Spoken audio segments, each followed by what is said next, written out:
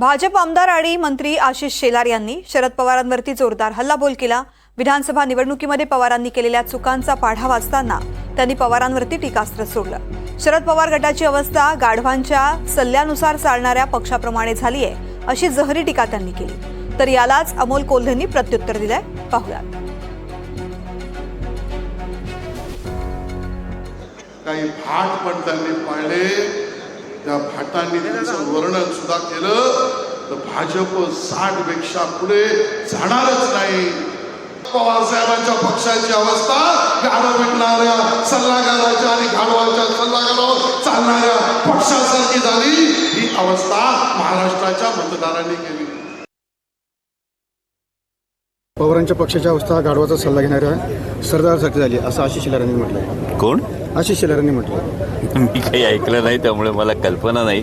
कदाचित मला पुन्हा स्टेटमेंट सांगा।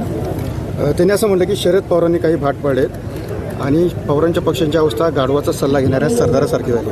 कदाचित शेलार साहेबांना विसर पडला असेल की माननीय मोदीजींनी पवार साहेबांचं कौतुक केलंय, मग त्याविषयी शेलार साहेबांचं काय म्हणणं आहे? आणि भारतीय जनता पक्षाच्या सरकारनं कृषी क्षेत्रातल्या योगदानासाठी देशातला सर्वोच्च दुसरा नागरी सन्मान पद्मविभूषण सारखा सन्मान देऊन आदरणीय पवार साहेबांचं कौतुक केलंय। मग या कौतुक करण्याबद्दल आदरणीय शेलार साहेबांचं काय म्हणणं आहे?